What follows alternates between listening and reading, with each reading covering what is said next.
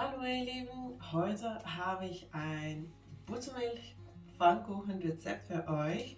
Ich habe schon ein Pfannkuchen-Rezept mit euch geteilt, aber ich liebe diese neue Variation und ich wollte den auch mit euch teilen. Es geht ganz schnell und einfach und ich habe ein kleines Tipp mit Zwiebel für euch. Seid gespannt. Lasst uns mit dem Rezept anfangen. Manche Sachen für den Rezept sind genauso, die Mengen sind genauso wie ich hier zeige, aber manche Sachen müsst ihr selber anpassen. So, wir brauchen eine ganz große Schüssel und erstmal gebe ich 5 Eier dazu. Dann die Eier kurz mit einem Schneebesen schlagen. Nur so, dass die Struktur der Eier so bricht oder so, dass es so aussieht. So nicht lange schlagen und dann Mehl dazu geben. Und ich gebe nur so viel Mehl dazu, dass ich den Mehl schön vermischt kriege. Ich werde das auch euch zeigen. Und hier, wie gesagt, wird nicht gemessen. Ich weiß nicht, wie viel genau das ist. Aber wir geben erstmal nur so ein bisschen dazu und es wird vermischt. Noch ein bisschen dazu. Und schön kräftig mischen oder mixen, so dass da keine trockene Stellen oder Klumpen im Teig bleiben. Jetzt sieht das schon ganz schön aus. Es ist noch ein bisschen zu flüssig, aber fast soweit. Und ich werde nur noch ganz bisschen Mehl dazu geben. Und mit dem Mehl, so mit dem letzten Teil vom Mehl, gebe ich auch eine halbe Teelöffel Backnatron dazu. Und ich denke, der Backnatron zusammen mit Buttermilch ist das, was die Pfannkuchen so besonders macht. Ich finde, der Geschmack ist anders und die sind auch sehr dünn und sehr saftig, auch wenn es Pfannkuchen sind und das hört sich ein bisschen komisch an, aber die sind sehr weich mit dieser Kombination. So, dann diese letzte Teil auch vermischen. So sollte dann die fertige Masse aussehen, so dass ihr den ganzen Mehl gut da reinmischen könnt, dass es nicht trocken ist. Und hier haben wir jetzt nur die Eier, Mehl und Backnatron. Jetzt gebe ich dann den Buttermilch dazu. Erst ein bisschen, dann schafft man das ein bisschen besser zu vermischen. Wenn man das so nach und nach dazu gibt, dann einfach beim Rühren den Rest dazu geben. Und ich habe eine kleine Prise Salz vergessen. Deswegen gebe ich das jetzt an dieser Stelle dazu. So. Und die Masse ist jetzt schon flüssig, aber wenn man es rührt, ist es trotzdem so ein bisschen dickflüssig. Und hier werden wir dann mit dem Mineralwasser anpassen. Ich werde erstmal mit bisschen Mineralwasser den Buttermilchdose-Behälter abspülen. So, erstmal ganz bisschen. Und das dazugeben. So, nochmal vermischen. Und an dieser Stelle würde ich den Schneebesen mit einer Kelle ersetzen, weil damit kann man das noch ein bisschen besser dann testen, diese Konsistenz. Und jetzt dann nochmal ein bisschen vermischen oder so rühren und dann testen. So, es sieht schon ganz schön aus. Man kann es auch so lassen. Ich werde ganz bisschen noch dazugeben. Und beim Backen merkt man auch, wenn die Masse zu flüssig geworden ist, es bleibt dann nicht so gut haften auf die Pfanne. Oder die Pfannkuchen, die gehen einfach kaputt. Dann kann man ein bisschen noch Mehl in die Masse dazugeben, das alles schön vermischen und dann rettet man den Teig so. Oder wenn du merkst, dass die Pfannkuchen sehr dick bleiben, so dass die Teig nicht sich so schön auf die Pfanne verteilt, dann einfach ein bisschen von dem Mineralwasser in das Teig geben und dann wird der Teig ein bisschen flüssiger. So. Und jetzt ist der Teig fertig und ich habe euch versprochen, diesen kleinen Trick mit Zwiebeln zu zeigen. Und das kenne ich von meinem Mann. Er hat mir das gezeigt und so braucht man nicht so viel Öl für die Pfannkuchen. Also wir brauchen eine Zwiebel und es wird einfach halbiert. So, wir brauchen nur die Hälfte und ich werde es auch ein bisschen schälen, so dass ich dann diese Schale nicht meine Pfannkuchen kriege. Aber ich lasse diesen Endteil, dann bleibt der halbe Zwiebel zusammen. So, nur die Schale entfernen. Und dann wir brauchen eine Gabel und den Gabel so in die Zwiebel reindrücken, so dass wir so eine Zwiebel auf einem Gabel haben. Und mit den Zwiebeln werde ich dann die Pfanne beim Braten ölen. Und ganz wichtig bei dieser Gabel mit Zwiebel ist, dass die Gabel hier aus dem Zwiebel nicht rausguckt. Sonst kratzt man ja die Pfanne mit den Gabel. Deswegen entweder eine kleine Gabel nehmen wie ich hier oder drauf passen, dass die Gabel hier nicht rauskommt. Und so mit dieser Technik brauchst du nur etwa eine Esslöffel Öl.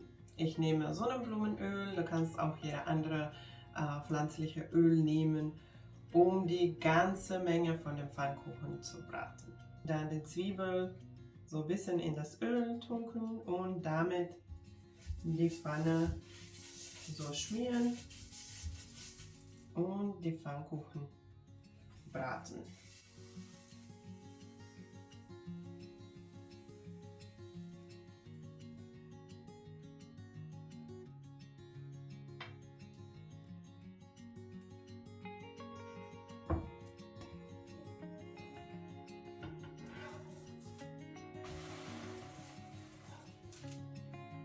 Und keine Sorge, die Pfannkuchen schmecken nicht nach Zwiebel. Auch wenn ich selber das erste Mal beim Machen habe ich gedacht, dass die bestimmt nach Zwiebel schmecken. Aber nein, man kann die Pfannkuchen dann danach auch salzig oder süß servieren und man hat keinen Zwiebelgeschmack. Ich brate meine Pfannkuchen immer bei so mittelhoher Hitze, nicht ganz stark und nicht ganz mittel, so irgendwo in die Mitte, so dass die nicht so lange brauchen, aber so dass die schön golden werden und nicht brennen. Ich denke, das hängt von jeder Herd ab so ein bisschen und auch von der Pfanne, die man für die Pfannkuchen verwendet. Und auch ganz wichtig, um die Pfannkuchen schön dünn zu kriegen, ist auf die Menge zu aufpassen. Und hier wieder die Pfanne und die Kelle spielt die Rolle. Wenn du Teig auf die Pfanne gibst, sollte die Teig sich auf einmal so verteilen. Und wenn man die Pfanne dann zweimal schwenkt, sollte da kein Teig mehr flüssig sein. So weiß man dann, dass die Menge genug ist und nicht zu viel ist. Wenn da viel übrig bleibt und der Teig sich noch so verteilt, dann solltest du ein bisschen weniger nehmen. Wenn der ganze Teig die Pfanne nicht auf einmal bedeckt, dann weißt du, dass du ein bisschen mehr nehmen solltest. Und so kriegst du dann ganz schöne dünne Pfannkuchen.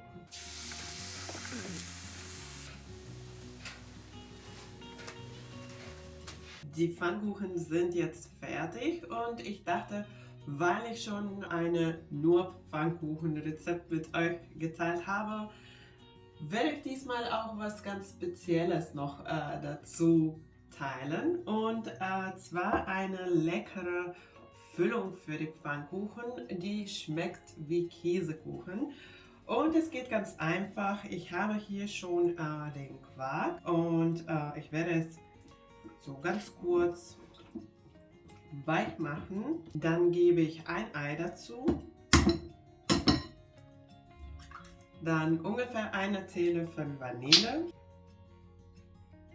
Abrieb einer Zitrone. Wir sind nicht so die Liebhaber von Zitrone, deswegen gebe ich nur ein bisschen von den Abrieb dazu. Hier ganz wichtig, dass die Zitrone Bio-Zitrone ist, dann kann man die Schale verwenden.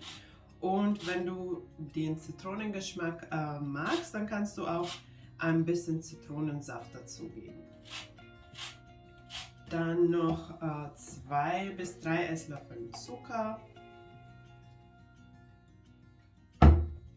Und 2 Esslöffel Mehl. Und das letzte, alles gut vermischen. Und ich mache das dieses Mal einfach so, ohne Beeren oder was anderes. Aber man kann dazu auch Beeren geben, zum Beispiel Blaubeeren oder Himbeeren, entweder frische oder TK. Wenn du tiefgefrorene nimmst, dann einfach mit ein bisschen Speisestärke die Beere bedecken. Das bindet die Saft von den Beeren. Oder du kannst auch Chocolate Chips oder Rosinen oder sowas Ähnliches auch in diese Käsekuchenfüllung dazugeben. Und so schnell ist die Füllung schon fertig und dann können wir auch schon die Pfannkuchen füllen. Und wir brauchen auch so eine Backform, einfach eine ofenfeste Backform für die fertigen Pfannkuchen. Und die Backform werde ich jetzt erstmal einfetten. Ich werde es jetzt einfach mit ein bisschen Öl, Sonnenblumenöl einfetten, aber du kannst dafür auch Butter nehmen, so dass die Pfannkuchen an die Form nicht kleben bleiben. So, und jetzt können wir die Pfannkuchen füllen und ich werde einfach mit einem Esslöffel so ungefähr 2 Esslöffel Füllung nehmen und mittig auf den Pfannkuchen und dann wird es so gefaltet.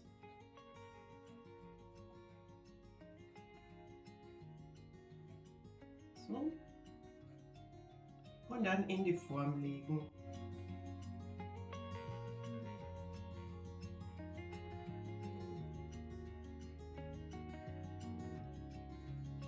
Und das Rezept ergibt 8 bis 10 Pfannkuchen. Ich habe jetzt 8, weil ich ziemlich viel Füllung für jeder genommen habe. Aber wenn du ein bisschen weniger nimmst oder was dazu gibst, dann kriegst du auch 10 Pfannkuchen. Und jetzt werden die Pfannkuchen gebacken. Und die Backzeit werde ich dafür verwenden, um eine leichte Soße zu machen. Du kannst natürlich auch fertige Soßen nehmen. Ich zubereite jetzt eine ganz schnelle Soße aus TK Erdbeeren, weil es gerade keine Erdbeersaison ist und die frischen Erdbeeren, die finde ich schmecken nicht so gut. Deswegen nehme ich TK Erdbeeren und dazu gebe ich einen Esslöffel Zucker. Du kannst den Zucker auch komplett weglassen, wenn die Erdbeeren auch so schon süß sind. Und dann gebe ich auch noch eine Teelöffel Vanille. Die Erdbeeren sind natürlich schon aufgetaut. Du kannst sehen, dass da schon sehr viel Flüssigkeit ist. Ich habe die im Mikrowelle aufgetaut, aber du kannst die auch einfach in Zimmertemperatur lassen und dann, wenn die nicht mehr eisig sind, kann man dann die Soße zubereiten. Und jetzt wird das Ganze püriert. Und so haben wir auch noch eine leckere Erdbeersoße für die Pfannkuchen. Und jetzt ganz wichtig, probieren, testen und wenn es nicht süß genug ist, dann ein bisschen Zucker dazugeben.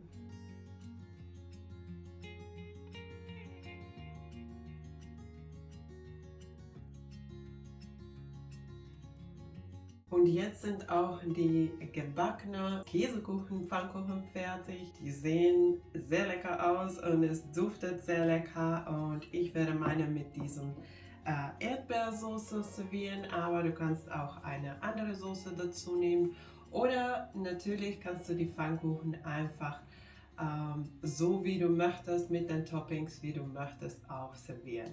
Ich dachte nur, dass ich die Idee für Käsekuchen, Pfannkuchen auch jetzt mal in diesem Rezept mit euch teile. Ich hoffe, dir hat mein Rezept gefallen und wenn ja, vergiss nicht den Daumen nach oben und wenn du neu bei meinem Kanal bist, kannst du jetzt abonnieren, um keine neuen leckeren Rezepte zu verpassen. Danke, dass du dabei warst. Tschüss und bis zum nächsten Mal.